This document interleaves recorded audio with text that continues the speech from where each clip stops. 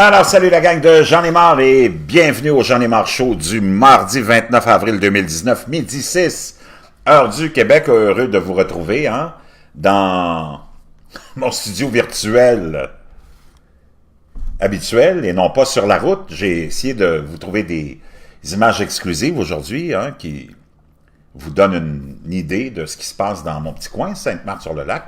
Moi, je suis à l'abri parce que je suis loin de la 600, je suis loin du chemin d'Oka. Je suis de l'autre côté du chemin d'Oka. Habituellement, il n'y a aucun problème de notre côté, mais tout est possible. Bon midi à tout le monde, comme nous dit Valier Nadeau, Dan Dulude, Patrick Roy, Cathy Pernon de Toulouse, qui est connu pour ses fameuses saucisses Toulouse. Salut Cathy. Marie Deslauriers, Cindy Rivière, qui nous passe le bonjour avec un beau soleil, c'est vrai. Il y a un beau soleil aujourd'hui. Chers amis, c'est le mardi 29 avril 2019. On dirait pas qu'on est le 29 avril. Ce matin, il faisait -1 à Sainte-Marthe-sur-le-Lac. Maintenant, il fait 6-7 avec le soleil qui plombe. Mais c'est quand même très, très frais. Le printemps est absent. Le printemps est pas là. Il y a personne qui en parle, mais le printemps est pas là. Ça fait un mois qu'on l'attend. Le printemps est absent. Donc, 2019 est l'année sans printemps. Sera l'année peut-être sans été aussi. A été l'année 2018-2019 d'un hiver historique. Des chutes de neige historiques. Aux États-Unis, au Canada et au Québec. Avec de la pluie en abondance. Dans ce qui est ce qu'on appelle un printemps, mais il n'y en a pas cette année de printemps. Il y a 0 feuilles dans les arbres. Les bourgeons, c'est à peine si tu les vois. Donc, c'est en retard de 1 mois. Et c'est pas fini. On prévoit encore du temps plutôt frais pour les 2 prochaines semaines. Donc, pour ceux qui...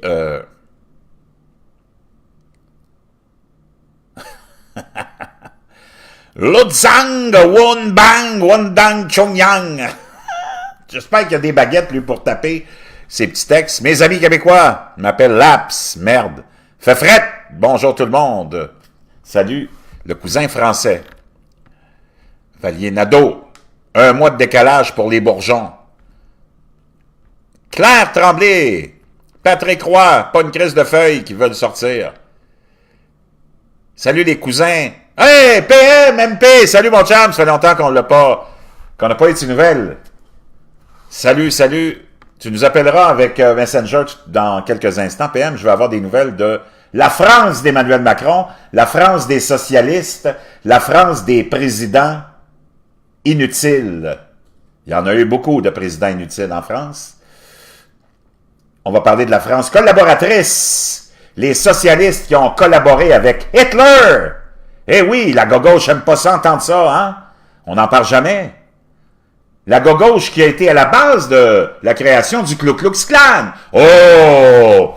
C'est pas les méchants républicains. Non, les méchants républicains, eux, ont démoli le Ku Klux Klan, ont aboli l'esclavage et ont lutté pour les fameux civil rights des années 60 que les démocrates ont combattu bec et ongle. Crooked Hillary était une Water Girls et elle était fière de ça.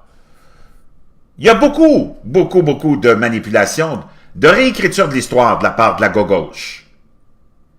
Je sais que ça fait pas son affaire d'entendre ça. Mon Dieu, là, elle a des grincements dedans. Puis le ventre, le travail, la petite gauche. Quand j'en ai marre, il ramène les bons vieux souvenirs de la gauche. La gauche qui est toujours à côté de l'histoire, toujours à côté de la traque, toujours à supporter de bad guys. Eux autres, ils aiment ça, les bad guys. Say hello to the bad guys! Les socialistes, les gauchistes, toujours à côté de la traque, toujours à supporter les mauvais. Lénine, Staline. Eh oui. Hitler, Mussolini, Franco. Oui. Castro, Chavez. Yasser Arafat. Muammar Kadhafi. Saddam Hussein, la liste est longue, des bons amis de la gauche. Elle a un bon club d'amis, la gauche. La gauche est bien entourée. Comme disait ma mère, dis-moi que tu fréquentes, puis je te dirai qui tu es. Il me semble que ça devrait être un avertissement assez clair. Il me semble que la gauche devrait même plus exister. Les partis socialo-gauchistes devraient même plus avoir un seul supporter, sauf des fous qui sortent de l'asile. Mais à part ça, franchement, vous voulez vraiment remettre votre liberté entre les mains de ces gens-là? Québec solidaire, le Parti socialiste, le Parti démocrate, le Parti libéral maintenant, qui est le joyeux représentant de la gauche, le Parti libéral canadien et le Parti libéral québécois, sous Philippe Couillard à la dernière campagne électorale, sous la gouverne de un autre eunuque, un autre bon à rien, le fondateur de Théo Taxi, qui était devenu le directeur de campagne de Philippe Couillard, dont j'ai oublié le nom, puis déjà il est dans l'histoire, une chance qu'il est déjà rendu là. Il y en a sûrement qui vont me rappeler son nom, à ce gros bon à rien, un homme d'affaires québécois, c'est-à-dire un échec sur deux pattes. Ces gens-là sont des hommes d'affaires parce que la caisse de dépôt les finance, parce qu'ils seraient incapables d'être des vrais hommes d'affaires. Avait amené le Parti libéral dans l'extrême gauche à la dernière campagne électorale, compétitionnait avec les politiques communistes de Québec solidaire. Ça, c'est le Parti libéral du Québec, qui avait vraiment, vraiment tellement de soif du pouvoir, qui est allé se prostituer pour séduire la clientèle de Québec solidaire. Comment est-ce qu'il s'appelle ce bon à rien? Taillefer. Merci, Nathalie Dionne. Le gros Taillefer a un bon à rien, un eunuque, un autre tout nu, que si c'était pas du bas de laine des Québécois pour financer ces projets complètement, comment dire, ces projets de rêveurs qui n'ont aucune faisabilité. Il n'y a pas une Christophe Colomb de banque qui prêterait une scène à des tout nus comme ça. Parce que leurs projets sont infaisables. Ça prend des crétins de Québécois qu'on a laissé crever dans les années 70-80, dans la pire crise économique, sous la gouverne de René Lévesque, sous la gouverne de Jacques Parizeau, sous la gouverne de Bernard Landry. On a laissé crever les Québécois, perdre leur maison. Eux autres, il n'y avait pas de plan de sauvetage pour eux. Mais pour des taille-fer, des tout nus, des pas bons, comme Bernard Lemaire qu'on vous montre en héros, tous les héros québécois sont des losers, des zéros pointés, des tout nus. Si c'était pas de ce que Jacques Parizeau a créé, la caisse de dépôt, avec nos impôts et nos taxes, pour financer les amis du régime, ces gens-là seraient dans la misère la plus totale, en train de probablement de concurrencer les squidgy, parce que c'est leur seule compétence vraiment efficace. Ils sont aussi bons que les squidgy, puis ils méritent de finir dans la rue. Oh, vous n'êtes pas habitués d'entendre ça, hein? Moi, j'ai aucune pitié pour ces gens-là, mes amis. Quand vos élites, quand vos supposés héros vous laissent crever, moi, j'ai aucune pitié pour ce monde-là. Si j'avais la chance d'organiser des tournées touristiques, de voyages organisés, d'autobus pleins à craquer, pour aller pisser sur les tombes de nos élus, je le ferais avec plaisir, puis je le financerais. Puis je pense que les autobus seraient pleins de ces citoyens québécois écœurés de sa classe politique. Puis ça nous ferait plaisir d'aller pisser sur leur tombe, parce que ces gens-là méritent aucun respect. Aucun de votre part. Aucun. Des experts économiques. Des experts économiques. Vos médias corrompus, collaborateurs, avec ces élites, pour nous garder dans l'esclavage, en France, partout, nous dépeignent nos politiciens de carrière comme « Oh, Jacques Parizeau, une sommité en économie, une chance! » Le Québec s'est retrouvé en faillite instantanément dès qu'il a mis les pieds dans le ministère des finances, a ruiné la province. Ça, c'est des experts économiques pour l'élite, pour les académiciens, pour les bureaucrates, pour tous ces phonies qu'on voit dans les médias. Un expert économique, Jacques Parizeau, qui a été fonctionnaire toute sa vie, fonctionnaire fédéral, avec une mission spéciale, celle de créer, en faisant miroiter aux Québécois que ce serait tellement extraordinaire pour eux autres si on créait la caisse de dépôt qui pourrait aider nos amis qui sont cassés comme des clous, qui n'ont aucun talent d'affaires, à se bâtir une richesse sur votre dos, les Québécois. Oh, c'est tellement extraordinaire. On a envoyé Jacques Parizeau, un bureaucrate fédéral. J'aimerais vous rappeler, un bureaucrate qui n'a jamais été capable de créer un seul emploi, qui n'a jamais administré 5 cents qui lui appartenaient. On vous décrit ça comme un expert économique. Expert économique pour l'élite, oui, il a été un champion. Pour le Québécois moyen, c'est lui qui est à l'origine de l'acceptation des accords de l'ALENA, qui a envoyé tous nos jobs et nos richesses à l'étranger. Tout un expert économique qui a nationalisé l'amiante. Fallait vraiment être visionnaire pour ça. Non seulement expert économique, mais grand visionnaire. Nationalisons l'amiante, un produit qui va être banni dans le monde entier 6 mois après. Wow! Ça, c'est des experts économiques qu'on aimerait avoir partout. Vraiment partout. Jacques Parizeau, gros corrompu de fonctionnaire de carrière. On vous a présenté ça comme un expert en économie. Si tous les experts en économie sont comme Jacques Parizeau, pas étonnant qu'on soit dans la misère la plus totale avec les déficits les plus historiques. Bernard Landry, mon cousin d'adoption, qui brûle peut-être en enfer ou qui est assis à la droite de Dieu. C'est selon ce que vous pensez. Un autre tout nu, même si c'était mon cousin d'adoption. Ça n'a jamais eu un business de sa vie, ça. C'est un autre fonctionnaire de carrière, un pseudo-professeur d'économie. Imaginez-vous, ça, c'est ça enseigner à l'université l'économie. Aïe, aïe, aïe, aïe, aïe, pas fort.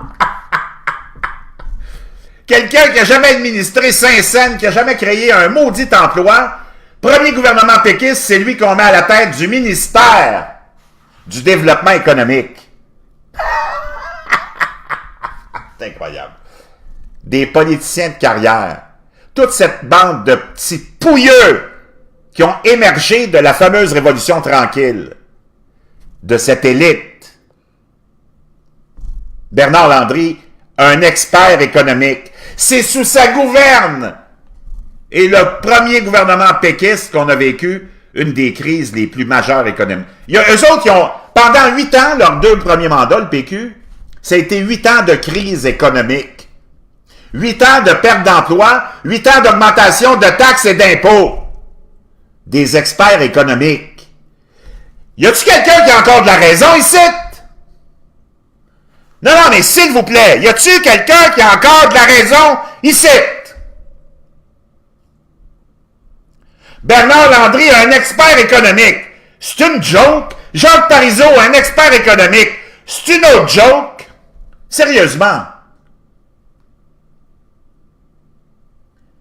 Pendant qu'on a connu, je ne sais pas s'il y en a qui sont assez vieux pour se rappeler, la crise économique, les taux hypothécaires et les taux d'intérêt qui étaient rendus à 22-23%, où on a vu des familles entières, des centaines et des milliers de Québécois perdre leur maison, pendant que tu as les 3 experts économiques. Ben 2. René Lévesque, ils ne l'ont jamais qualifié d'expert économique. Là, ça aurait été poussé un petit peu l'audace, hein? René Lévesque, le héros qu'on vous impose, un alcoolique, gambler, loser, qui s'est fait avoir à tous les points de vue, qui n'a pas été capable de gagner un référendum, qui aurait dû être dans la poche, les 2 bras croisés, gagner ce référendum-là en 76, bande d'épais.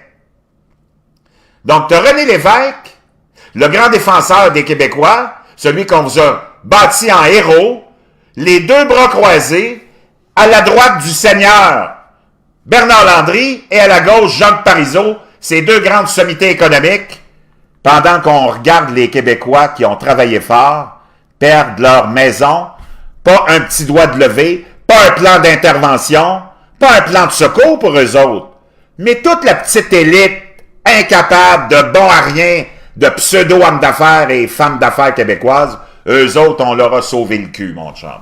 Eux autres, on leur a sauvé le cul. Hein? Eux autres, on leur a sauvé le cul.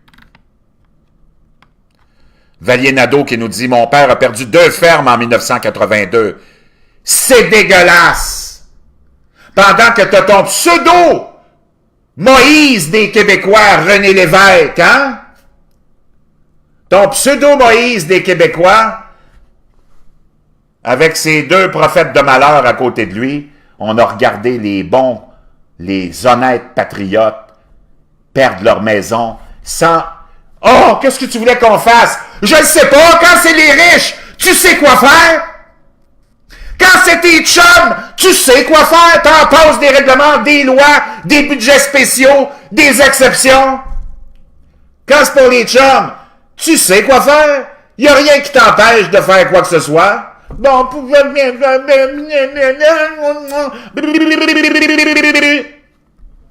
hein, quand c'est les chums, oh, là, t'en trouves des solutions. Là, t'en trouves des solutions.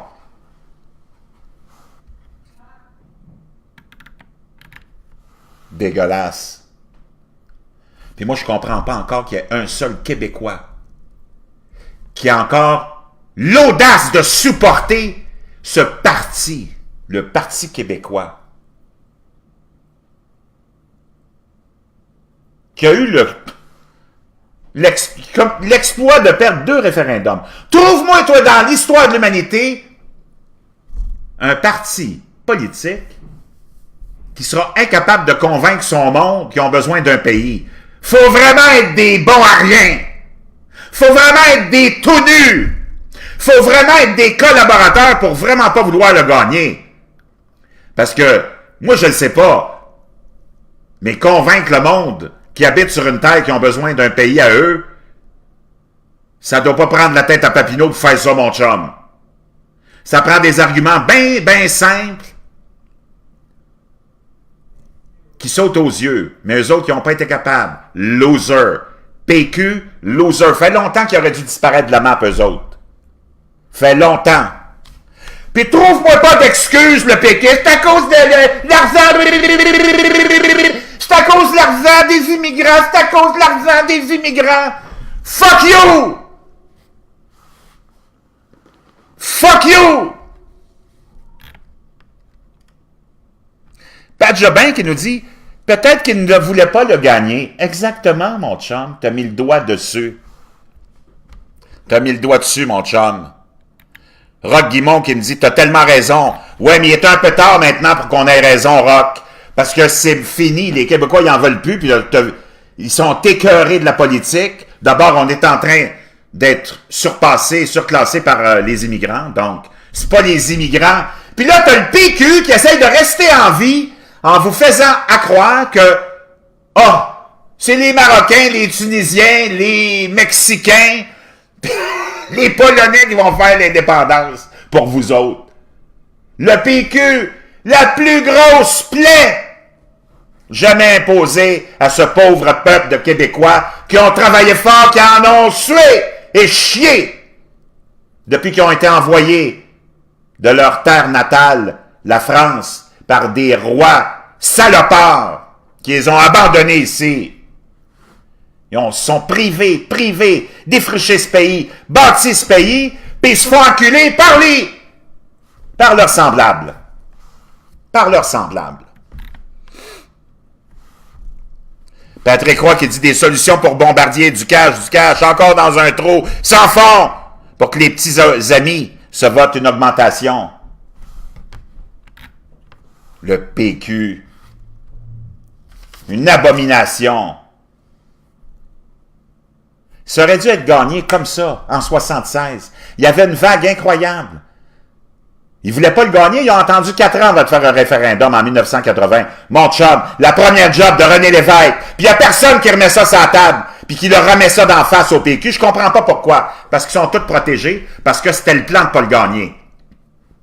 Parce que si on faisait vraiment l'analyse de la défaite, on comprendrait c'est qui le responsable de la défaite. Ils veulent pas que vous le sachiez, c'est qui le responsable. C'est pas les immigrants, c'est pas l'argent du fédéral. C'est le PQ qui a pas voulu gagner, mon chum. C'est le PQ qui n'a pas été capable de convaincre la majorité des Québécois qui ont besoin d'un pays. Voyons. Va dire aux Mexicains qui n'ont pas besoin de pays, toi. Va dire aux Honduriens qui n'ont pas besoin de pays. C'est tous des pays de marde en plus. Puis ils l'aiment leur pays. Puis ils le veulent, leur pays souverain. Puis ils veulent la garder leur souveraineté. Toi, tu as le pays probablement sur lequel est assis les plus grandes richesses naturelles. Puis tu as ces enculés-là qui n'ont pas été capables de convaincre leur monde. En 76, René Lévesque, pourquoi il ne l'a pas gagné en 80 le référendum? Parce qu'il a gouverné pendant 4 ans en faisant tout ce qu'il voulait. Donc, il venait de prouver aux Québécois que tu n'as pas besoin d'un pays. Le fédéral te laisse faire tout ce que tu veux. Même la loi la plus fasciste, la loi 101. Que tu aimes ça ou non, mon chum, la loi 101, c'est une loi fasciste, OK?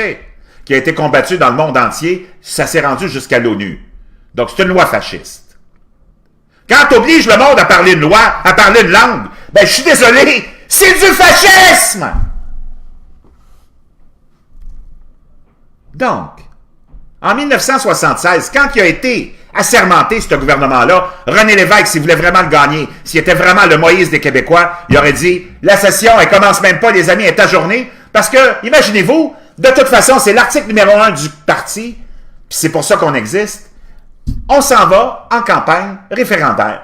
Right fucking now! Le référendum, il aurait été gagné à 70%. OK? À 70%.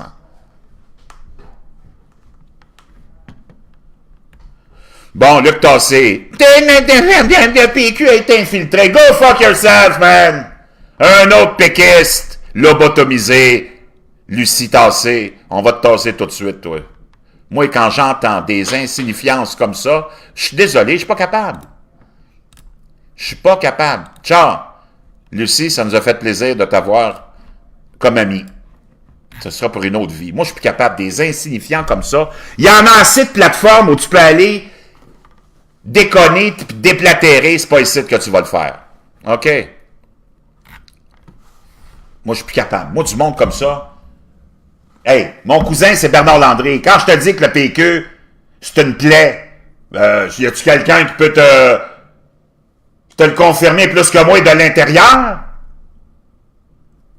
Franchement.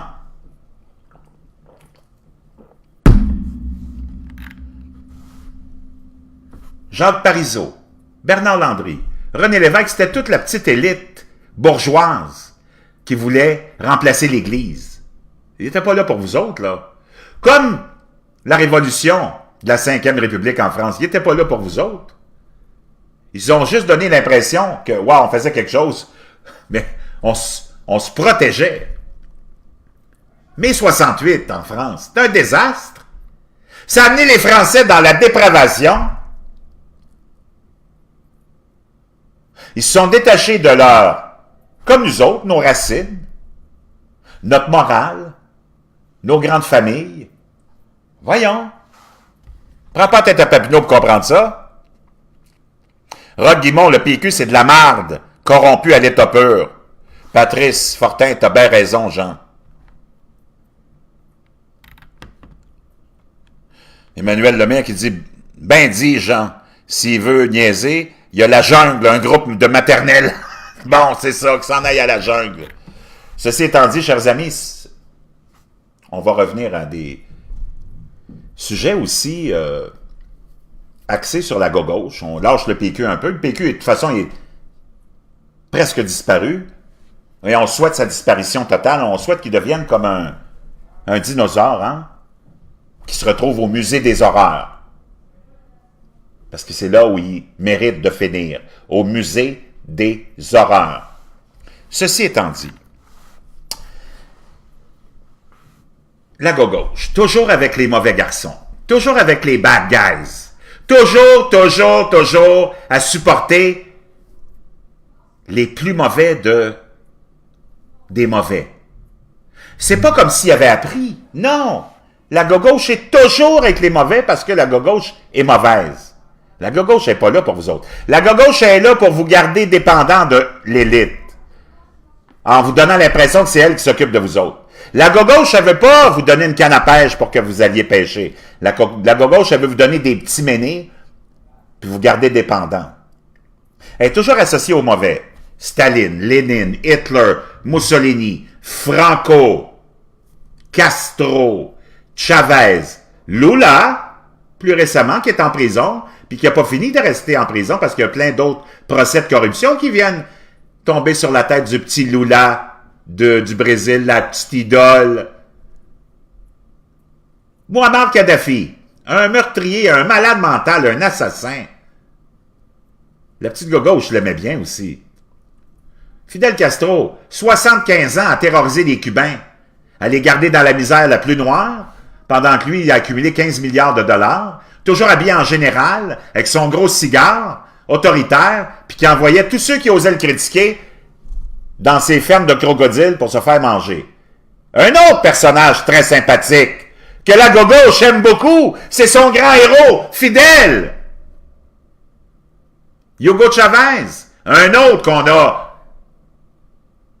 édifié, monté en Dieu, qui a ruiné son pays, qui était dans un réseau de corruption international extraordinairement historique, qui a terrorisé sa propre population avec ce qu'on appelle les chavistes. Ceux qui ne connaissent pas c'est quoi un chaviste, moi j'ai des amis vénézuéliens, ils m'ont tout expliqué c'était quoi un chaviste. C'est un supporter de Chavez à qui on donnait une maison, beaucoup d'argent et des armes à feu pour aller terroriser tous ceux qui osaient critiquer Hugo Chavez. Ça, c'est les chavistes. OK? Une petite leçon 101 que tu n'entendras pas à la télé. Un autre mauvais garçon que la gauche adorait, Hugo Chavez. Yasser Arafat. Yasser Arafat. Ça, c'est la banderole de la gauche. Yasser Arafat, avec son kieffier noir et blanc, palestinien. Yasser Arafat, palestinien, c'est un Égyptien, cousin du fondateur des Frères musulmans. Sympathique groupe, ça, les frères. Ils sont très sympathiques, les Frères musulmans. Hein? Yasser Arafat est le cousin du fondateur des Frères musulmans. C'est lui qu'on a mis à la tête de cette arnaque qu'on appelle le peuple palestinien, qui existe que dans la tête des Palestiniens, parce que ça n'existe pas, la Palestine. Il y a eu 2 guerres après l'officialisation d'Israël, après la Deuxième Guerre mondiale. Et pendant ces 2 guerres-là, la Syrie, la Jordanie et l'Égypte ont conquéri des territoires qui étaient sous leur contrôle et gouvernance. Ils auraient pu en profiter pour créer un État palestinien. Non, ils l'ont pas fait parce que ça n'existe pas, la Palestine. Puis ils n'en ont rien à foutre des Palestiniens. Eux autres, c'est de détruire Israël, leur but. Israël les a défaits.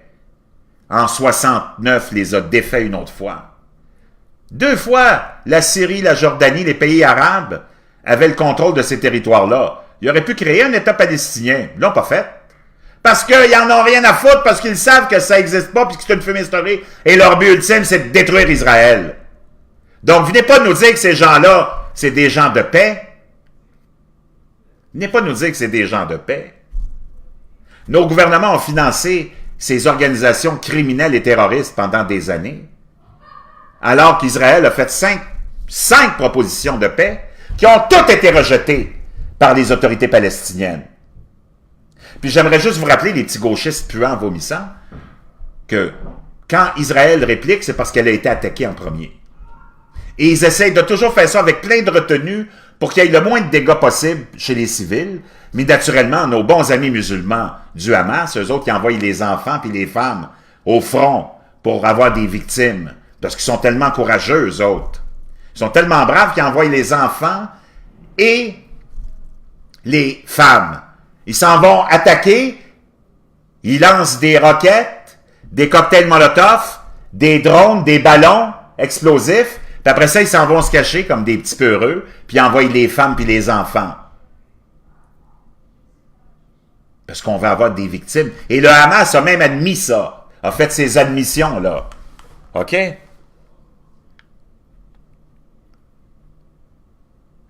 Et oui, Viviane Lebeau, c'est exactement ça. Si la Palestine n'existe pas, ça veut dire que tous les territoires appartiennent aux Juifs.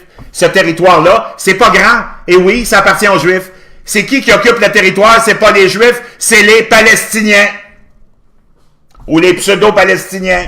Et les Juifs sont tellement bons, puis ils veulent tellement avoir juste la paix, qu'ils sont même prêts à leur donner ce territoire-là qui leur appartient.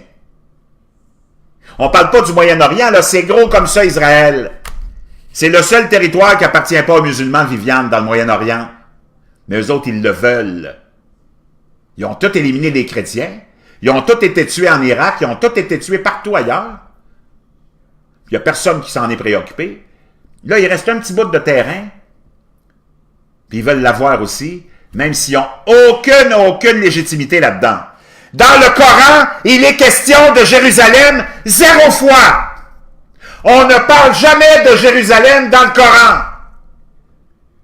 Aucune mention de Jérusalem dans le Coran.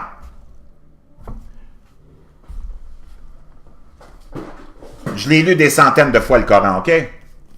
Moi, je l'ai lu. Pas comme toutes les hurluberlus qui parlent à travers leur chapeau. Dans le Coran, il est question de Jérusalem 0 fois. Comment ces gens-là auraient quelque légitimité que ce soit, alors que dans la Torah, il est question de Jérusalem et mention de Jérusalem 800 fois. 800. 800. Emmanuel Lemire qui nous dit « Ce sont des hypocrites peureux » en parlant des Palestiniens, tu as bien raison. Donc, et imaginez, les Juifs sont même prêts à leur donner un territoire. Pensez-y, je vous demande de rationaliser 2 secondes si vous êtes capable. Imagine, toi tu dis le représentant des Palestiniens, donc ça veut dire que tu veux leur bien. Tu veux qu'il y ait un avenir. Tu veux qu'il y ait une prospérité. Comment tu vas arriver avec cette prospérité-là?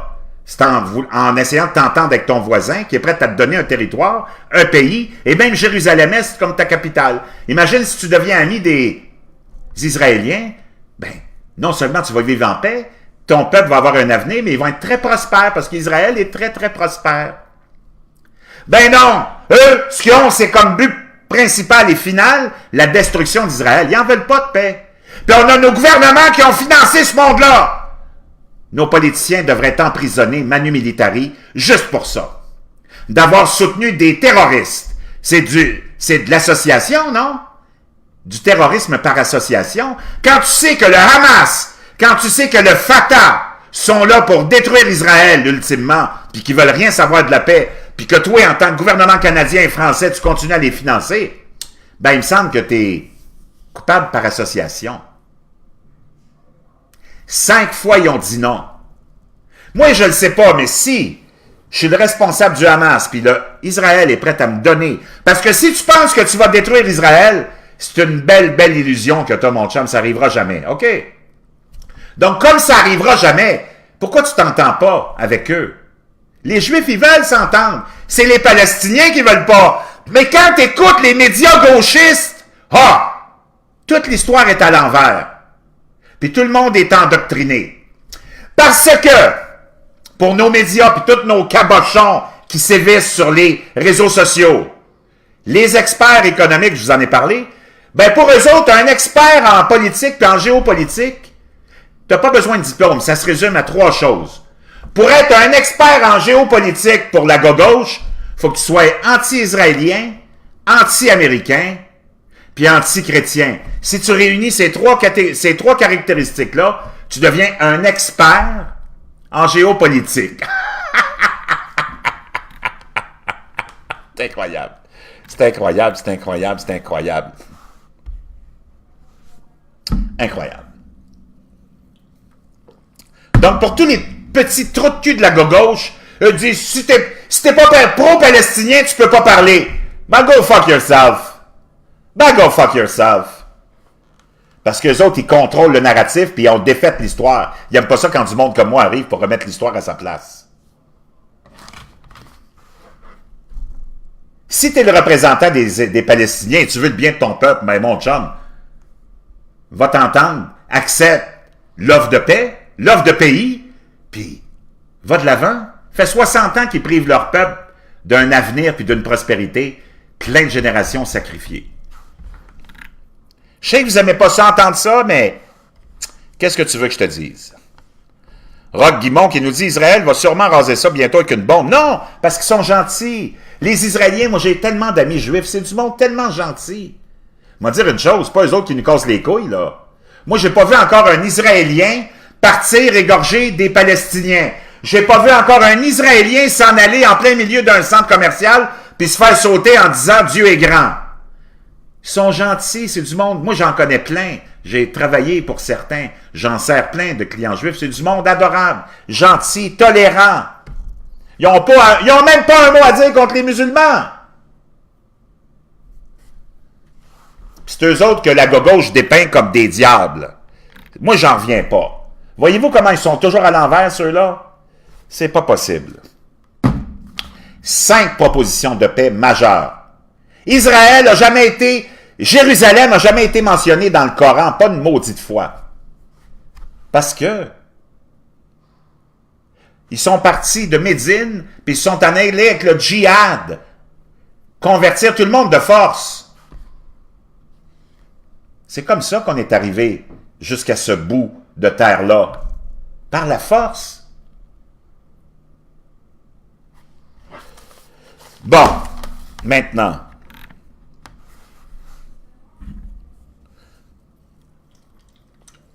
Ben, ils peuvent pas, Roch qui dit, ils vont finir par se tanner à se faire lancer des roquettes. Ben, il y a tellement de pression, puis tous les projecteurs sont toujours sur eux autres, donc ils marchent sur des œufs, ils sont obligés d'attendre. Mais heureusement qu'ils ont un bon président aux États-Unis qui leur a donné la reconnaissance des hauteurs du Golan, au moins ils peuvent voir leur ennemi. Parce que j'aimerais vous rappeler, pour toute la petite gauche qui est tombée en crise d'hystérie quand Donald Trump a reconnu que les hauteurs du Golan ça appartenait à Israël. Ils l'ont gagné dans une guerre. Habituellement, quand tu gagnes dans une guerre, le territoire devient le tien, non?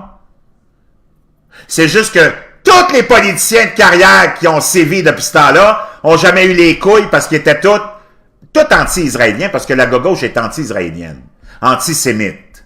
Tu as juste à regarder en France, tous les collaborateurs du régime du Troisième Reich, tous ceux qui ont collaboré à Vichy, qui avaient un gouvernement qui étaient dans le gouvernement français, c'était tous des socialistes. Eux autres, ils l'aimaient Adolphe. Eux autres, ils aimaient Adolf Hitler. Ils aimaient le fait qu'il s'occupe des Juifs. Parce que tous les socialistes, tous les gauchistes sont antisémites. C'est tout le même monde. C'est tout le même monde. Les socialistes, les communistes, les musulmans, ils ont un point commun, l'antisémitisme, mon chum. L'antisémitisme. Alors que moi, je vois pas de Juifs s'en aller se faire sauter. Je vois pas de Juifs partir faire égorger quelqu'un sans motif, là, gratuitement, comme les musulmans le font. Moi, j'en vois pas. Ils sont là à aider tout le monde. Ils ont même aidé les Iraniens. Ils ont même aidé plein de leurs ennemis. C'est du bon monde, mais on les dépeint comme... Hey, imaginez-vous qu'à l'ONU, le Conseil de sécurité, depuis 10 ans, 15 ans, surtout sous la gouverne de Barack Obama, a condamné Israël des dizaines de fois pour des crimes qu'elle n'a pas commis. Pendant ce temps-là, en Afrique, des politiciens, des présidents massacrent leur monde, massacrent des chrétiens, des musulmans, plein de monde, là. Puis le Conseil de l'ONU, pas une fois a mentionné ces massacres-là, puis condamné ces politiciens-là, mais ils sont obsédés avec Israël. Parce que c'est la gauche islamo-communiste qui a pris le contrôle de l'ONU.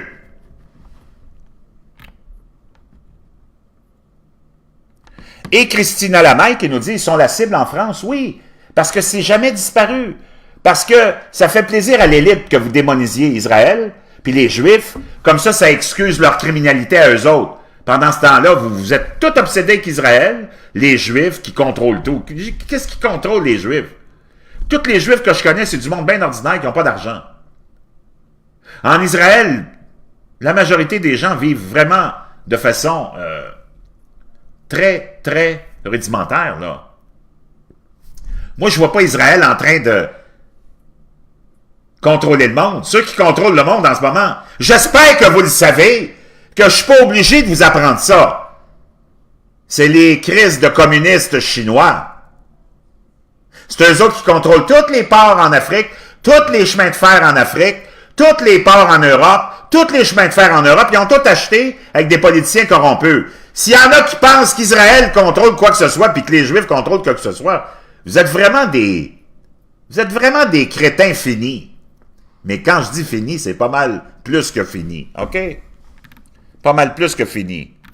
Ben, imagine-toi, Rock, qu'on est même allé prétendre du côté des gauchistes que Jésus était palestinien. Faut-tu être débilement profond? Jésus était juif. A grandi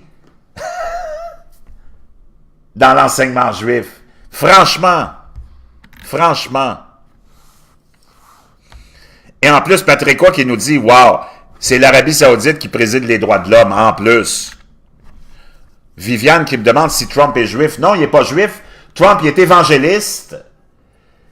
Mais sa fille, Ivanka Trump, est mariée à Jared Kushner, qui est juif, donc elle s'est convertie au judaïsme. Mais Trump n'est pas juif, mais est très pro-juif.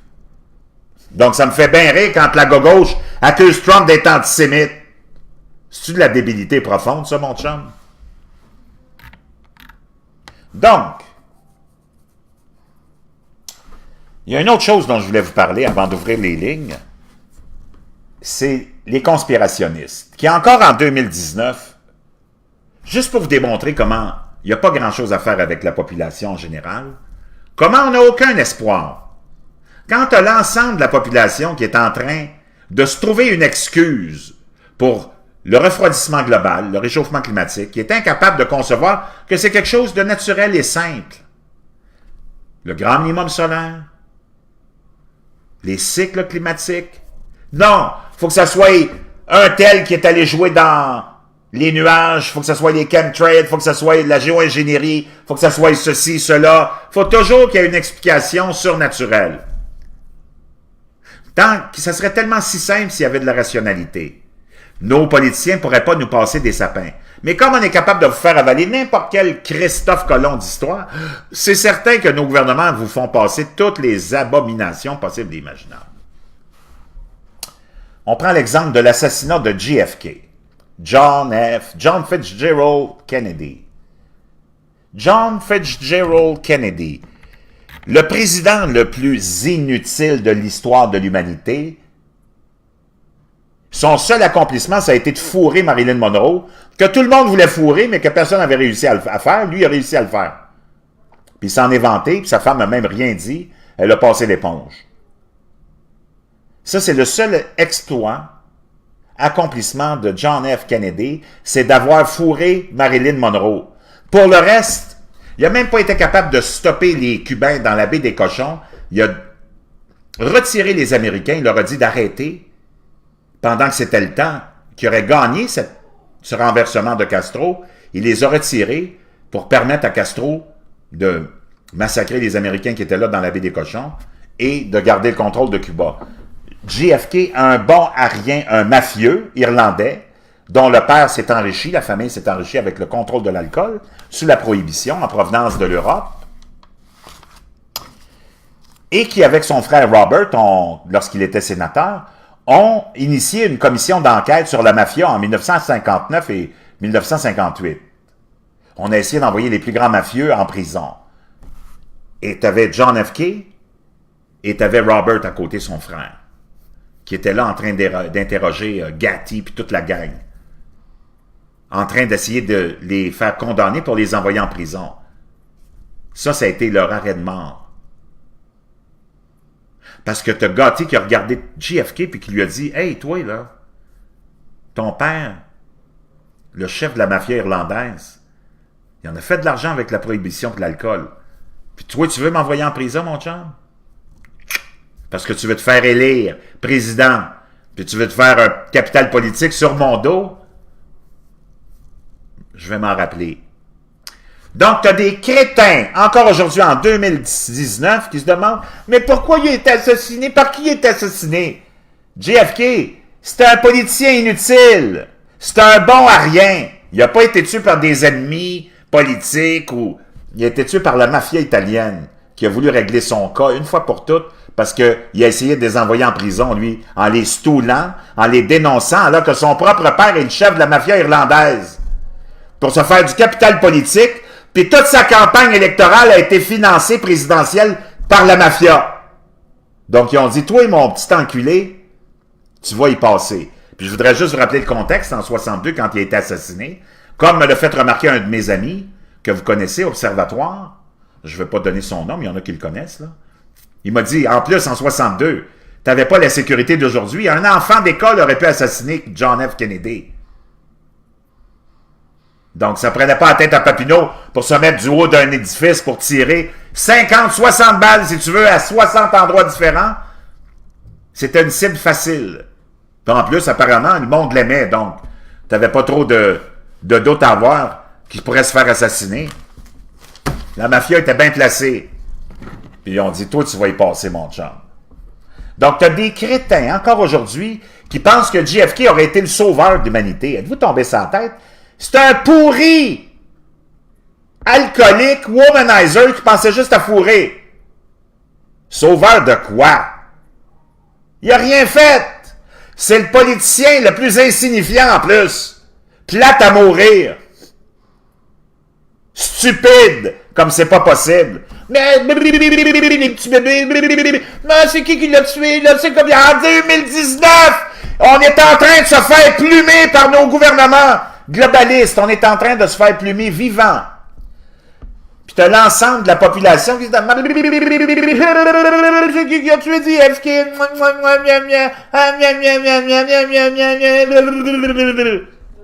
Voyez-vous à quel point vous êtes stupide?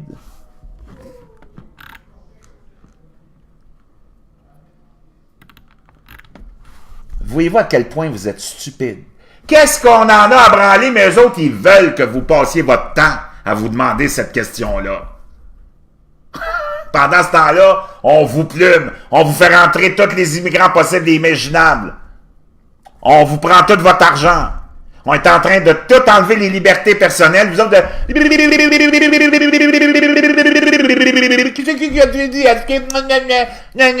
C'est qui a fait tomber les 2 taux du World Trade Center? C'est George Bush. Les Arabes s'en sont vantés pendant 15 ans que c'est eux autres qui les avaient fait sauter, bande de caves. Qui a fait... Hey! Franchement, un peu de maturité, grandissez, sacre bleu. Ça se peut pas, man. C'est pas possible. C'est pas possible. Le Vietnam. Fuck le Vietnam, c'est un trou le Vietnam! On n'en parle même plus du Vietnam. Y a-t-il quelqu'un qui sait que si le Vietnam existe encore? Un politicien inutile, un bon à rien. Son seul exploit, c'est d'avoir fourré Marilyn Monroe. Franchement, c'est pas possible. Pendant qu'on se fait plumer, pendant que nos politiciens de carrière nous ont vidés, continuent à nous vider, puis à nous vendre toute la propagande, à nous sortir de nos valeurs, à nous amener au suicide collectif, de la dénatalité, en train de légaliser la drogue. Nous autres, mais c'est qui a tué dit? C'est pas possible. C'est pas possible. Pas fort. L'autre, le Mossad, s'il vous plaît, les deux. Qu'est-ce qu'on en a à branler? Le Mossad. Ça, c'est encore les Arabes islamistes, communistes qui mettent les Juifs partout responsables de tout. Je dis pas que ça n'a pas été utilisé pour aller renverser un gouvernement. C'est sûr qu'on utilise toujours ça. Ça, c'est comme la cathédrale de Paris qui brûle. C'était un accident, mais là, il faut absolument que tous les tarés de la Terre voient une conspiration là-dedans. C'est un événement, c'est un accident, c'est arrivé. Puis là, tu as Emmanuel Macron qui utilise cet événement-là pour faire oublier son bilan politique en vue des élections européenne. Mais c'est un accident. Y a-t-il moyen d'avoir juste un événement qui est accidentel sans qu'il y ait toujours une conspiration puis quelqu'un derrière? Mais ça ne veut pas dire qu'on n'a pas utilisé les 2 tours pour aller renverser Saddam Hussein et envahir l'Afghanistan, oui. Mais à l'origine, les Arabes s'en sont vantés, c'est eux autres qui les ont fait sauter.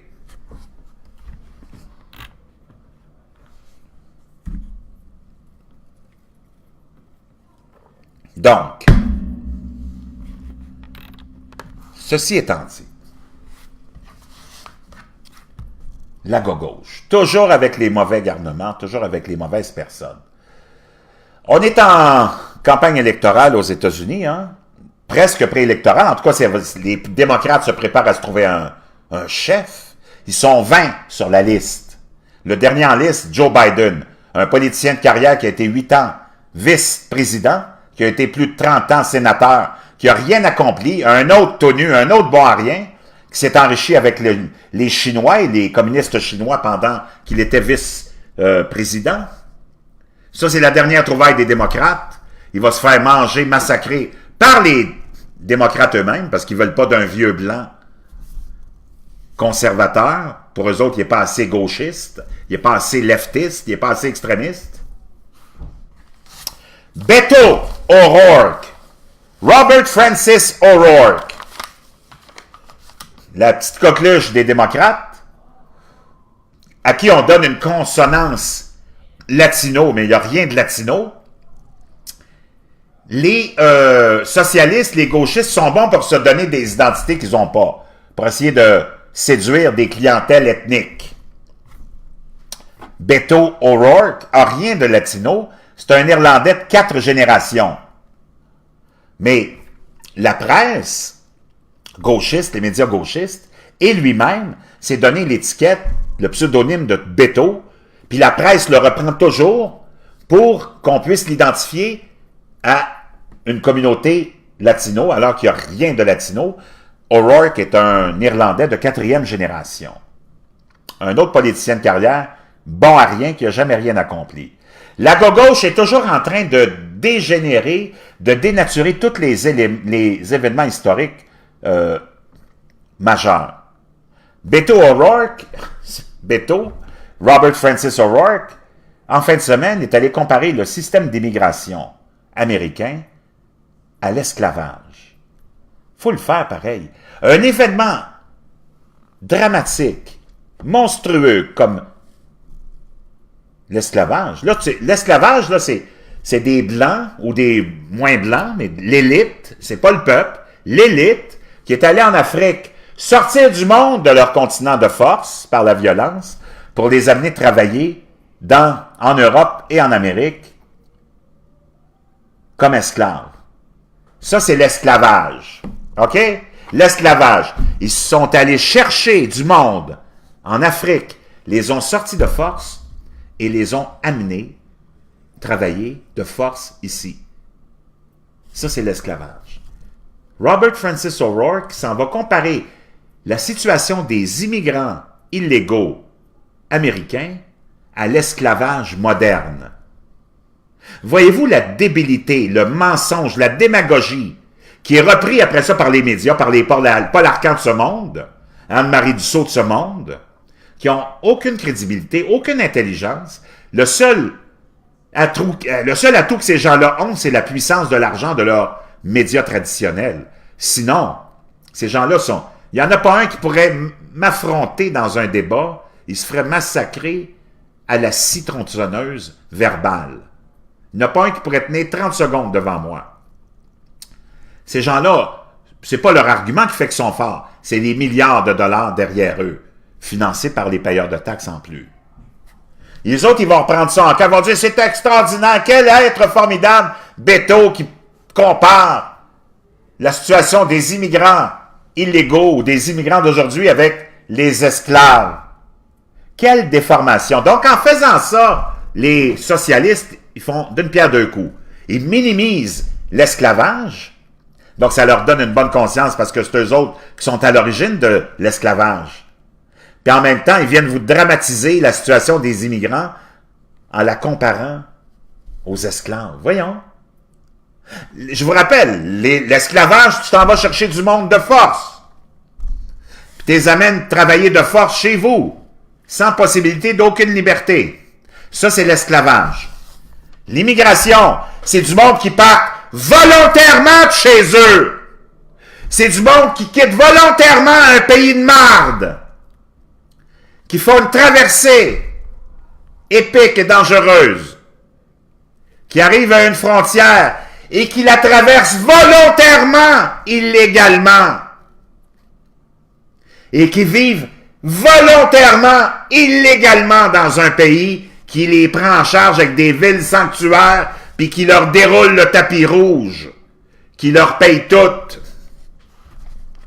Donc, tu as la gauche vraiment démoniaque. Moi, j'aimerais ça que vous ayez juste un peu de rationalité, puis que vous partagiez mes propos, puis mes explications un petit peu plus, pour que le monde ait un peu plus de rationalité dans la tête. Écoutez la grossièreté. Ça, c'est l'idole de la gauche maintenant, Robert Francis O'Rourke, là.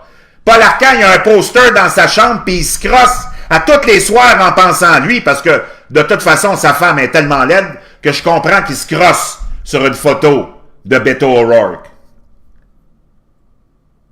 Lui, ils sont en train de se masturber avec Beto O'Rourke, là. Wow, ouais, c'est le nouveau Barack Obama.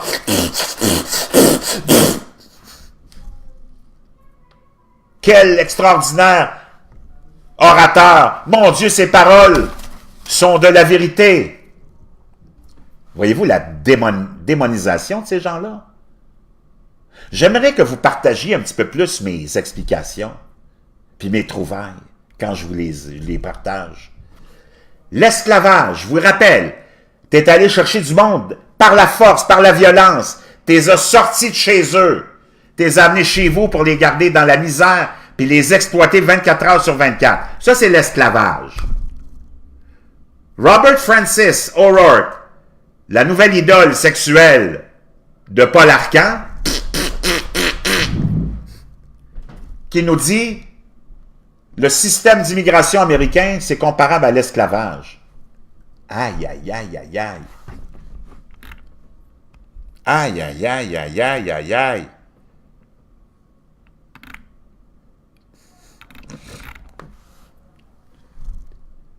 Je vous rappelle, l'immigration, c'est du monde qui sont partis volontairement de leur pays de marde.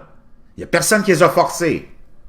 Ils ont fait un grand trajet, volontairement, traversé la jungle. Ils ont mis leur vie en péril. Ils sont arrivés à une frontière, les États-Unis. On l'a traversé illégalement, volontairement et consciencieusement. Puis après ça, on est pris en charge, puis on vit illégalement dans un pays. Puis tu veux comparer ça à l'esclavage? Vois-tu la débilité de la gauche? C'est pour ça qu'ils ne veulent pas du monde comme moi, surtout moi, sur leur plateau de télévision. Imagine le réveil que je ferais, moi. La prise de conscience que je ferais face à cette gauche menteuse, manipulatrice et dangereuse. On va aller écouter cet énergumène-là, Robert Beto O'Rourke. Mais avant d'aller l'écouter, on va aller voir d'où il vient, ce Robert Beto O'Rourke. Y a-t-il quelque chose de latino en lui? Robert Francis O'Rourke. Wikipédia. On va aller partager ça ensemble. J'arrive, les amis. Bougez pas. Don't move, comme diraient les Chinois. Ah, puis là, même dans Wikipédia, voyez-vous, on met même pas son prénom Robert. On met Beto O'Rourke. Parce qu'on veut, on veut le vendre comme un latino. On ne vous lira pas son pedigree, on n'en a pas besoin. Robert Francis O'Rourke est né le 26 septembre 1972. De M. Pat-Dieu O'Rourke et Melissa Martha O'Rourke, née Williams, à l'Hôpital Dieu d'El Paso, au Texas. Il est un Américain irlandais de 4e génération. Sacre bleu! Lâchez-nous la grappe avec le béto. Il a 2 sœurs plus jeunes. La plus jeune est née avec une déficience intellectuelle. Dans sa petite enfance, sa famille lui a donné le surnom de Beto, un surnom espagnol commun des prénoms se terminant par Berto, d'abord pour le distinguer de son homonyme grand-père.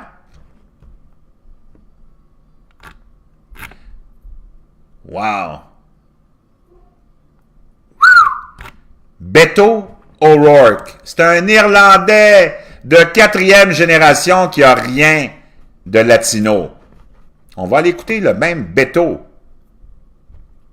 nous dire que le système d'immigration, c'est comparable à l'esclavage moderne. Obviously, a 2020 hot topic. There's going to be lots of debate happening on that issue. I want to get your reaction to a recent comment by Beto O'Rourke. How would you like to run a fulfilling business that gives you the time to do the things that are truly important? He compares immigration laws to slavery. Take a listen.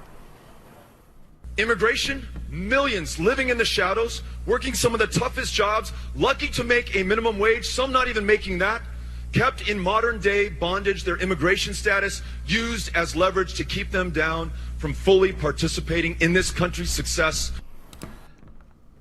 Modern bondage, esclavage moderne. Il n'y a personne qui leur a demandé de venir ici, mon chum. Il n'y a personne qui est allé les sortir de leur pays. Ils sont venus volontairement. Wow! Quand tu dis que la gauche est démagogue et complètement à côté de la traque, wow! C'est pas mal difficile de battre ça, mais il y a juste moi qui est capable de vous amener ça. Toutes les autres, vous êtes toutes en train de vous faire avoir. Oh mon Dieu, c'est vrai, l'esclavage moderne, mon Dieu, on est donc méchants. Ah, give me a fucking break, man. 1-833-625-2527. 1-833 Malaka. 1-833 Malaka. Ou via Messenger. Tout à l'heure, on était nombreux. Là, les gens ont quitté un petit peu. Quand tu parles de la gauche, ils s'en vont tous. Parce qu'ils savent qu'ils vont se faire passer. Donc, si tu veux savoir qui c'est qu'il y a de la gauche, tu regardes le live au début. Tu le regardes le live dès que j'ai commencé à parler de la gauche puis du PQ. Puis tu vois tous ceux qui sont partis, c'est eux autres les gauchistes.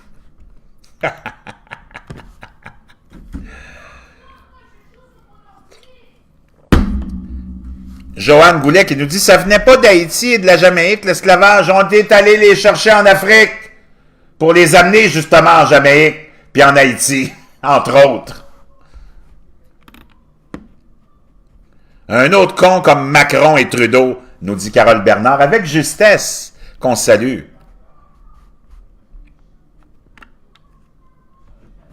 Viviane qui nous dit « Eh oui, ça pogne plus pour les votes. » Christina Lamar qui nous dit « Bien dit, Jérémy qui applaudit. » Viviane qui nous dit « Ouais, tu nous en offres des petites vites. »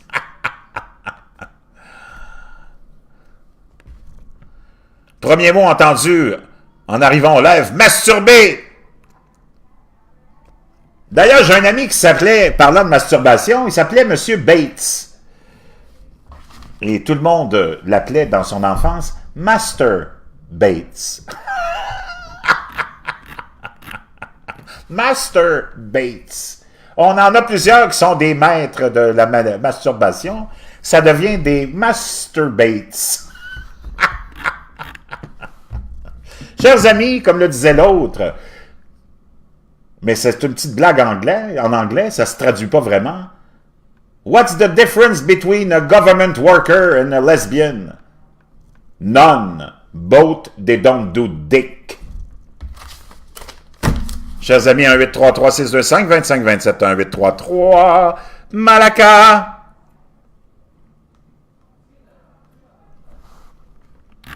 Un 8 François Sylvain qui est mort de rire. 1-833 Malaka. Ou via Messenger, s'il y a encore des petits gauchistes qui aimeraient nous vendre le socialisme. Il y en a-tu qui veulent nous vendre le socialisme?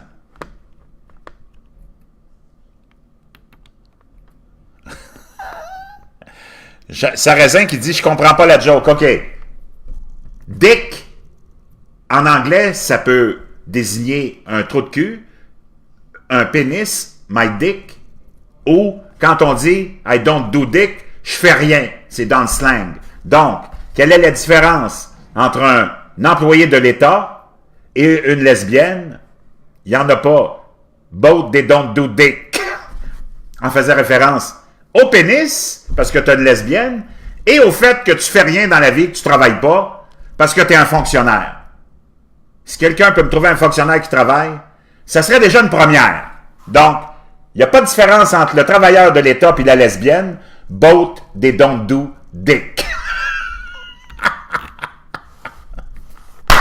Chers amis, 1-833-625-2527, 1-833 Malaka, puis il y en a plusieurs, Malaka. C'est qui a tué JFK? Y a-tu quelqu'un qui peut nous appeler, là? On est en 2019. Nous autres, on est super angoissés. On est en train de perdre toutes nos libertés, tous nos droits individuels. On se fait plumer. Je regarde ma paye, il me reste plus rien. Tout est parti en impôts. On a des gouvernements corrompus partout. Tous nos hauts fonctionnaires sont corrompus. Mais nous autres, on aimerait savoir, c'est qui a tué JFK en 1962? Qui a tué JFK? On veut savoir qui a tué JFK.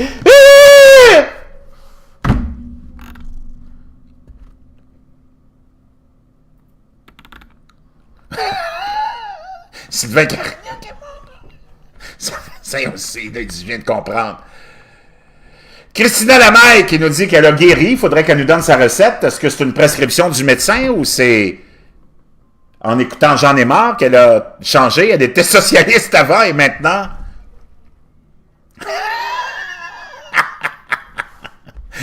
Viviane Libaud qui dit crampé quand même. Donc, hein, c'est comme Moïse qui descend du mont Sinaï. Il dit, chers amis, je suis descendu avec 20. Hop, il a échappé une petite plaque. Il dit, avec 10 commandements. J'ai 10 commandements pour vous.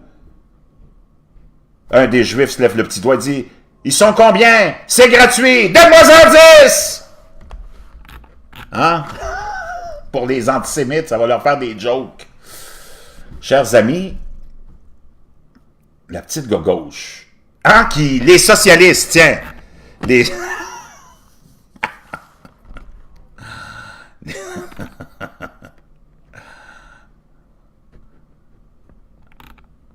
Viviane qui nous dit très thérapeutique, j'en ai marre. Donc, comment je pourrais vous mettre ça? La petite gauche, hein? La petite gauche qui est là, qui veut, depuis des décennies, éliminer la pauvreté. Ça, c'est là. Hey, ça, c'est une vraie joke. Des incapables, des tout nus, des bons à rien qui vous promettent depuis combien de temps qu'ils sont supposés éliminer la pauvreté, les injustices.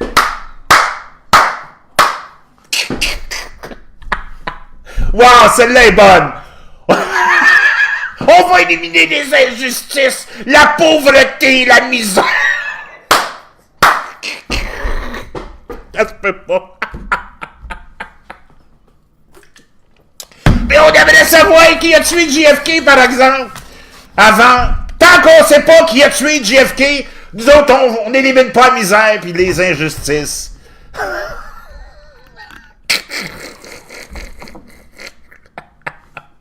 Bon, quel joke que t'as pas compris encore, Roger, là, m'a t'expliquer ça.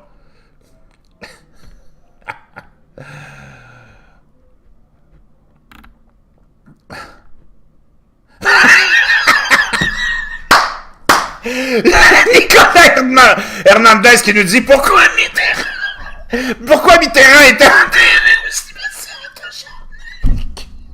Ils disent parce qu'il y avait plus de place dans la décharge. Celle-là est bonne aussi. Bravo.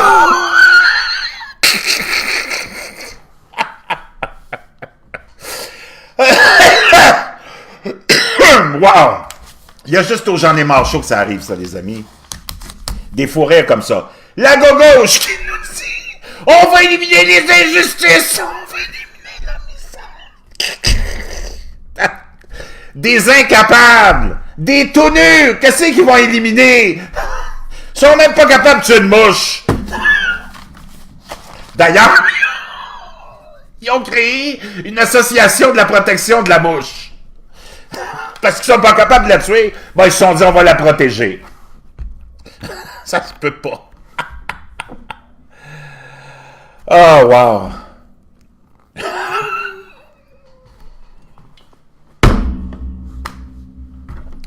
Patrick, celle-là, c'est vraiment la joke de la journée, mon chum. C'est vraiment, vraiment génial comme réplique. Pourquoi est-ce qu'on a enterré Mitterrand au cimetière Jean-Jarnac? Il n'y avait plus de place dans l'autre, mon chum! Bravo. Christina qui nous dit non, on voit sûrement différemment avec l'âge. Je pense que tu as bien raison. La gauche, hein, qui nous promet qu'elle va éliminer les injustices. Ça fait combien de décennies de ça qu'on entend cette chanson-là? Je vais vous faire une révélation. Un petit peu plus sérieusement.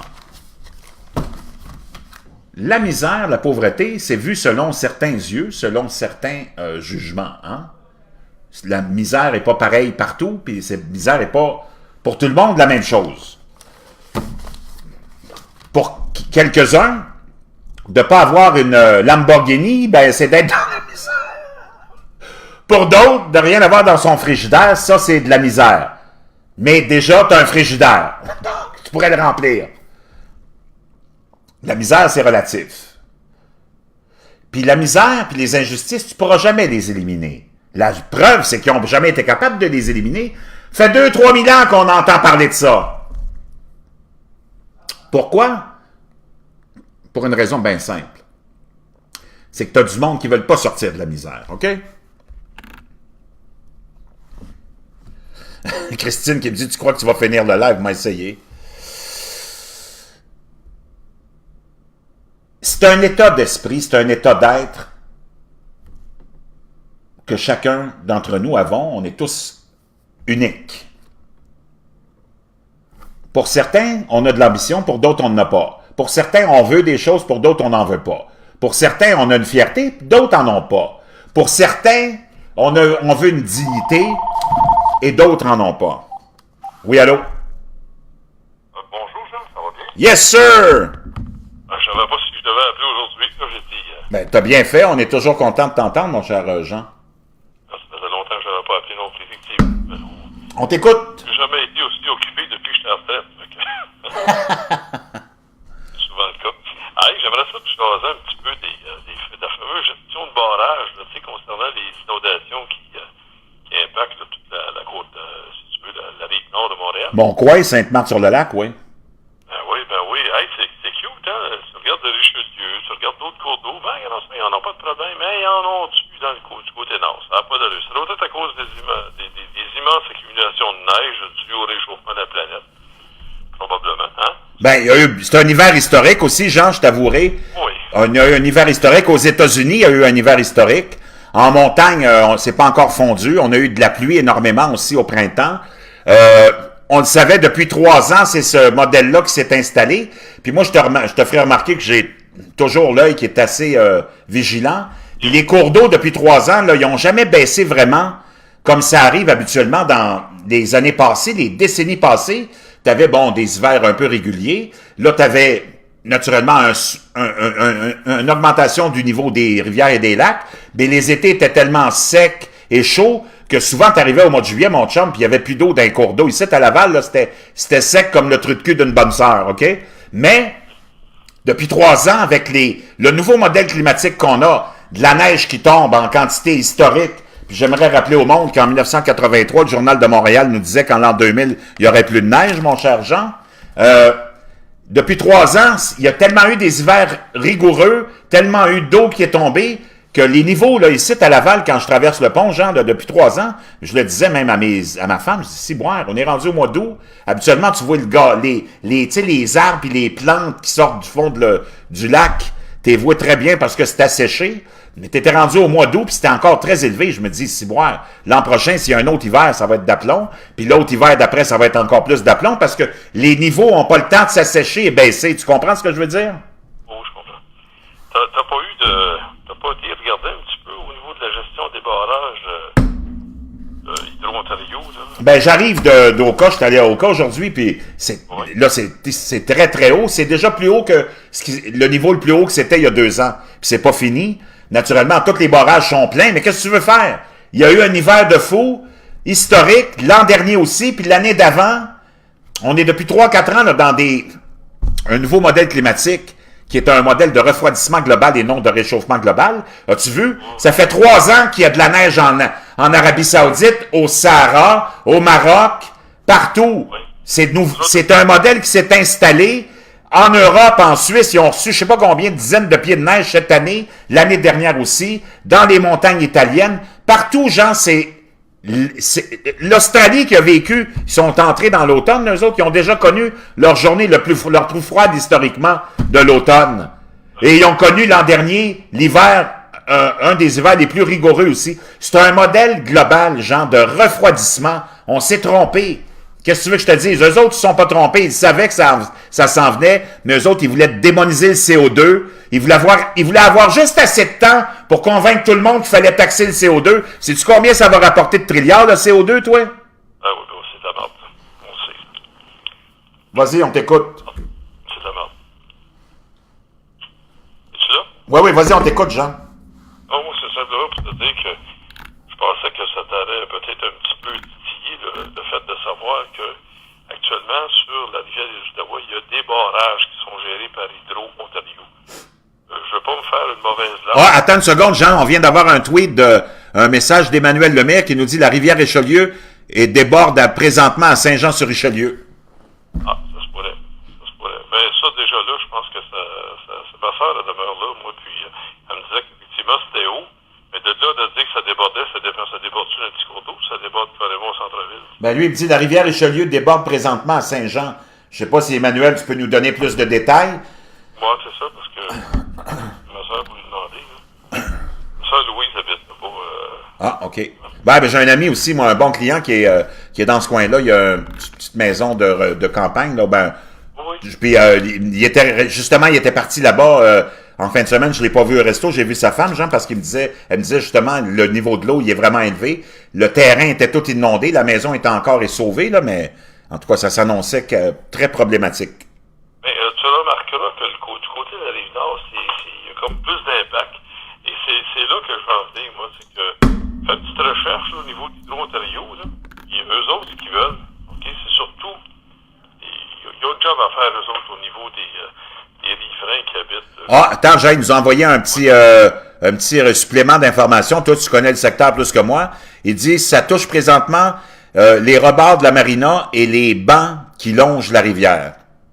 Ah, c'est bon. C'est tout près de la marina ici. C'est plus loin, là. Ouais, effectivement. Moi, je connais ça. En tout cas, tout ça pour te dire que si tu regardes comme il faut la façon que c'est fait dans la rivière Outaouais, tu vois que ça s'en va vers l'Ontario. OK, t'as une grosse partie de la rivière qui, si tu suis, là, que pas sur Google Maps, peu importe, là, c'est cette rivière-là qui touche Ottawa. C'est beau jusque-là. Ottawa sont les derniers, eux autres. Parce qu'oublie pas que la rivière Ottawa, elle est plus au Québec à un moment donné, là, elle est rendue carrément en Ontario. Et c'est sur cette Ottawa River-là qui remplace la rivière des Outaouais, tu me suis? Oui. Plusieurs barrages. Et plusieurs barrages pour éviter qu'il y ait trop de pression. Même avant qu'ils soient en danger de rupture, ils vont laisser aller de l'eau. Mm-hmm.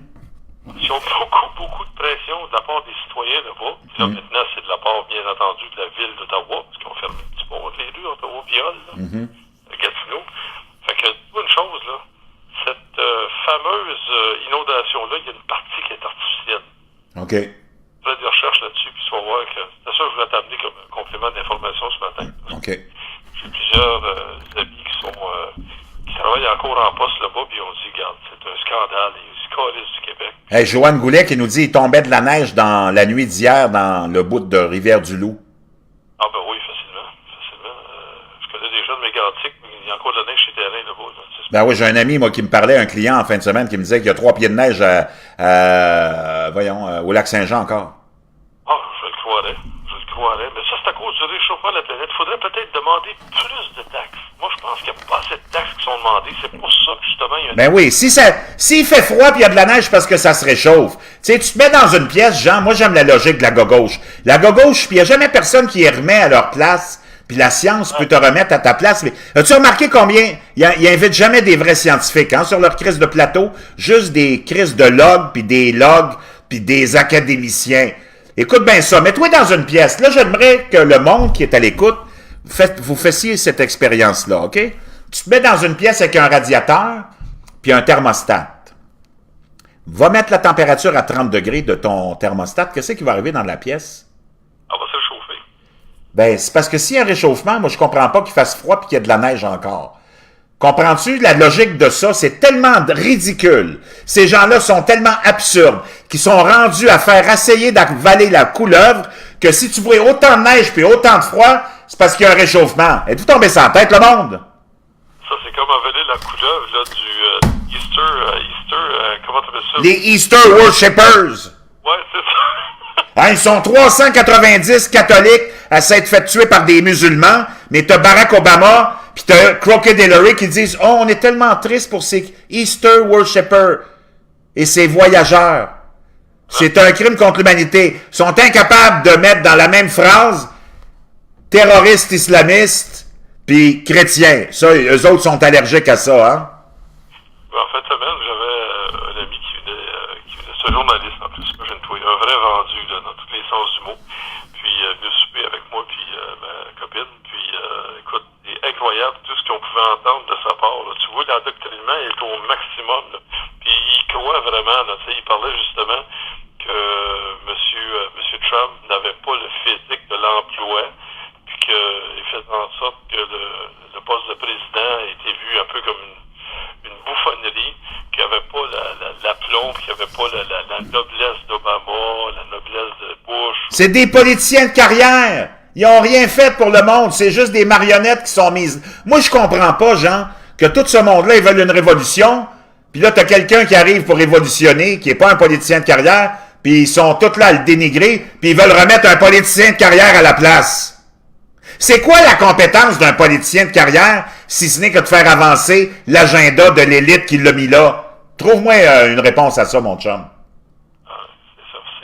C'est le monde à l'envers. T'as une bonne chronique là-dessus, d'ailleurs, je pense. C'est incroyable, Jean. C'est décourageant, man. C'est décourageant. Logique. Il n'y a plus de logique. On est dans un monde totalement illogique. Puis ça va continuer comme ça. Hey, on t'avait annoncé les pires catastrophes avec la présidence de Trump. Ça fait 3 ans qu'il est là. Ça a l'air de pas si mal aller. Ceux qui devaient être remis à leur place ont été remis à leur place. Les crises de communistes chinois, on les a mis dans le collimateur. C'est eux autres les vrais ennemis. Les chrétiens sont protégés. Qu'est-ce qui arrive? Il n'y a pas eu de guerre, il n'y a pas eu d'économie qui s'est effondrée. Il y a peut-être plus l'aplomb de notre cher ami M. Trudeau qui reçoit chez Shinzo Abe. En tout cas, c'est le président pas le président, mais celui du Japon, le premier ministre du Japon. Là. Ouais. Shinzo Abe, il l'a reçu hier, je pense, à Ottawa. Ouais. Et puis, écoute, il s'est fourré sur toute la ligne. Tu sais, c'est un bouffon, ça, Trudeau. Ben oui. Il n'arrêtait pas de dire, nous sommes fiers d'avoir une entente, une bonne collaboration avec la Chine. Il a répété ça à peu près 3-4 fois, tu vois, à face d'Abe, en voulant dire, ouais, qu'est-ce qu'il dit là? Puis en plus, lui, Shinzo Abe, c'est un ami personnel de Donald Trump, hein? Lui, c'est un grand Trumpiste. Mais c'est pour ça qu'en plus, entre la Chine et le Japon, là, c'est pas... Eh ben, ça t'en dit beaucoup sur l'intelligence de Justin Trudeau. Écoute, t'as pas 3-4 fois qu'il a été dire ça, là, Abe, il le regardait, tout le monde le regardait, on va dire, ouais, le cave, là, t'es pas avec le gars de Chine, là, t'es avec le Japon. C'est incroyable! Essaye de trouver ça, je sais pas si, quelque part... C'est sûr que m'a trouvé ça, parce que là, tu me l'as mentionné. C'est sûr que m'a faire un effort pour trouver ça, mon Jean, puis m'a partagé ça, on va se rigoler. C'est incroyable, c'est non, mais... Prends ce qui est arrivé, c'est un de mes amis qui m'a parlé de ça, avec justement les inondations, Jean. T'as Trudeau qui est allé avec sa petite famille pour prendre une photo de campagne électorale avec un sac de sable dans les mains, là, je me rappelle pas, c'était dans le coin de l'Outaouais, ça? OK. Puis, t'as un citoyen qui est allé au-devant de Trudeau qui a dit « Hey, nous autres, on essaye de travailler, on essaye de faire avancer la situation. Toi, tu t'en viens ici avec tes gros sabots publicitaires, avec ton équipe de sécurité. Juste pour prendre une photo, ça prend 2 heures. Tout le monde est obligé d'arrêter de travailler, là. Y a-tu moyen qu'on puisse travailler puis que tu t'en ailles, tu feras ta photo plus tard? » Il te l'a sermonné. Ben, les petits médias québécois, ils sont allés dénigrer ce pauvre citoyen-là qui était juste en train de dire à Trudeau, « Qu'est-ce que tu fais ici, toi, là?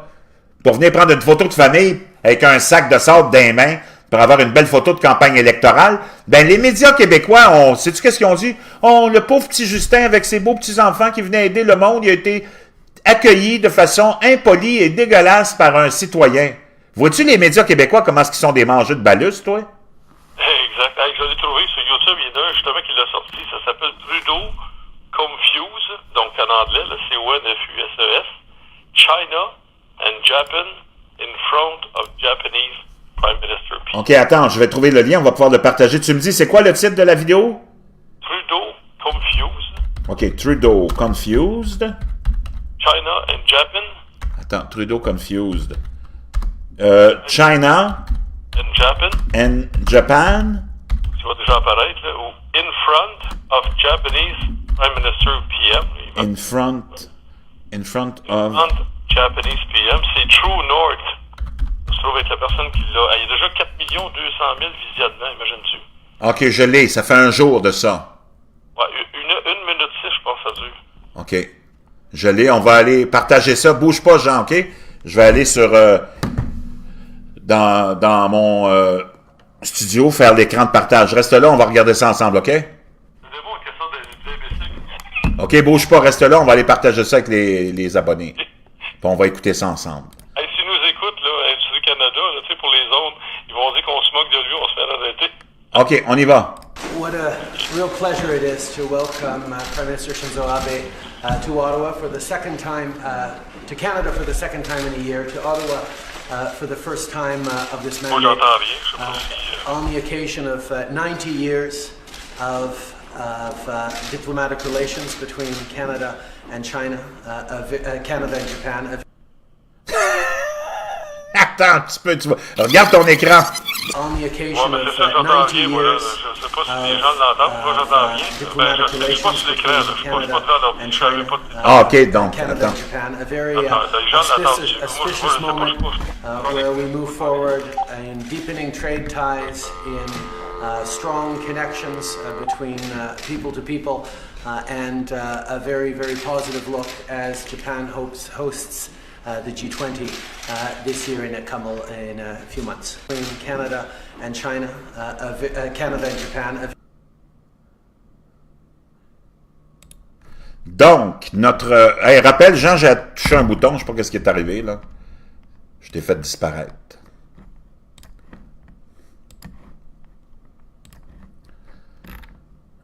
Wow, je peux te dire une chose. Incroyable. Viviane Bibeau qui nous dit, il a bloqué tous les sauveteurs. Exactement. De quelle vidéo tu parles, Viviane? Celle des sauveteurs? Envoie-la moi, parce que je vais en parler un petit peu plus tard. La vidéo avec le mec qui s'argumente, qui est en train de savonner Trudeau.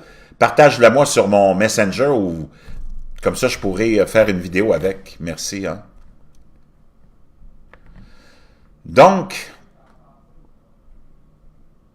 chers amis, c'est pathétique. C'est pathétique, c'est pathétique. La gauche, hein, qui veut éliminer la misère. Je reviens à... Ouais, Jean. Ouais, j'avais accroché le mauvais bouton, je m'excuse, je t'ai perdu. Il n'y a pas de souci, comme disent les Français. Il n'y a pas de saucisse. Mais c'est vraiment pathétique, mon chum. Quel imbécile de première. Ça me fait penser à Barack Obama aussi, qui avait commis un impair. Hein, c'est là que tu vois que c'est des vrais caves, ces gens-là, des marionnettes. Il avait parlé du premier ministre du Canada comme étant le président du Canada. Wow, pas fort. Qu'est-ce que tu veux que je te dise? Chaque fois, je pense qu'il dit, hein, il dit plusieurs fois, là. Ouais, okay, c'est vraiment pathétique. C'est ça, notre premier ministre du Canada. Je sais pas que les gens savent c'est quoi, là, mais c'est ça, là. Mais t'as tous les médias québécois qui veulent le voir réélire, mon chum, puis les Québécois sont prêts à lui donner 60 députés aux prochaines élections. Mais là, il devrait se déguiser en cours. Non, mais qu'est-ce qui arrive avec les Québécois, Jean? Je sais pas, mais déguiser en sac de sable ou en cours d'eau. Mais j'aimerais ça qu'à un moment donné, c'est une tempête de vin qui se déguise en courant d'air. Ouais. Pas fort, man. Hey, Jean, merci. J'étais obligé de mettre fin au live. Faut que j'aille... la batterie est morte en plus du téléphone. Faut que j'aille jouer au basketball avec les enfants parce qu'ils n'ont pas d'école. Les écoles sont fermées aujourd'hui à cause des inondations. Jean, merci d'avoir appelé. C'est toujours un plaisir. Puis tu nous rappelles bientôt. Bye. Ciao. Donc, chers amis, toujours un plaisir de parler avec... Ah, merci Viviane, elle m'a déjà envoyé ça. Merci infiniment. Donc, en conclusion, on revient à l'élimination de la pauvreté, l'élimination des iniquités. C'est parce que c'est un état d'esprit, la pauvreté. Dans un même pays, que ce soit l'Afrique, quelque part en Afrique, un pays africain, ou quelque part en Europe, ou au Canada, hein, une population dans le même pays, tu vas avoir des gens qui réussissent puis des gens qui réussissent pas. Tu vas avoir des gens qui ont des biens, d'autres qui en ont pas. Des gens qui ont assez d'argent puis d'autres qui en ont pas assez. Parce que c'est une question d'état, d'esprit, une question d'état, d'être. T'auras beau prendre toute la richesse du monde, puis la donner aux pauvres, dans une semaine, il ne te restera plus une crise de scène. Tu n'auras plus de richesse, puis les pauvres, ils auront tout dépensé, puis on va être tous dans la merde, tu ne seras pas plus avancé. Parce que c'est un état d'esprit.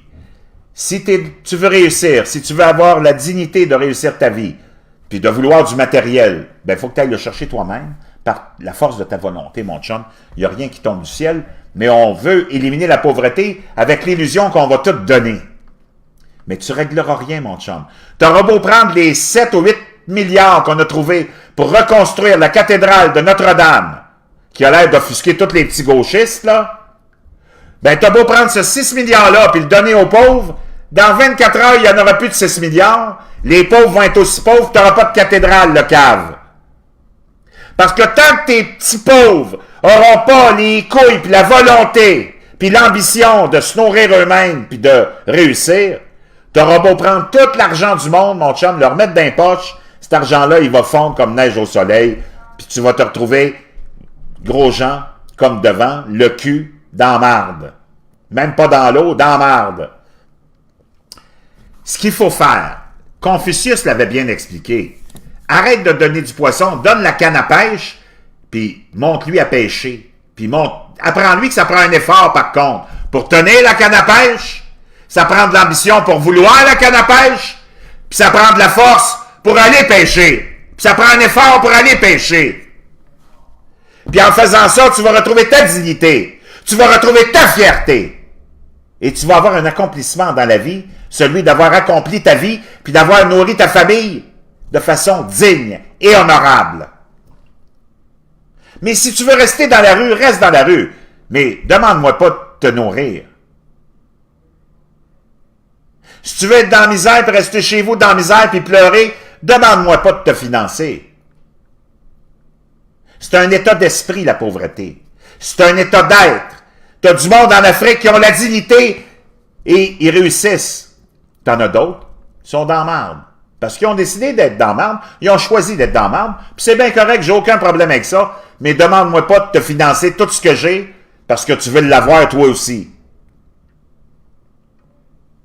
Je sais que vous n'êtes pas entendu. Vous êtes vraiment pas habitués d'entendre ça, les petits gauchistes, mon Dieu. Ça fait mal à vous. Petites oreilles, petites oreilles. C'est qui a tué DFK?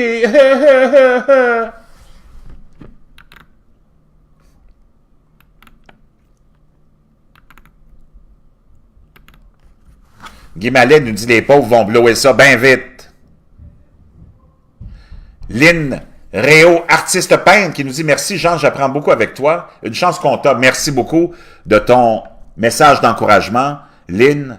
Puis on te souhaite de vendre beaucoup de tableaux. Parce qu'on aime ça, le monde qui réussit. On aime ça, le monde qui ont du succès. Pas des losers. Puis c'est difficile, la vie d'artiste, c'est pas facile, ça prend beaucoup de courage. Donc on te souhaite toute la chance possible et imaginable.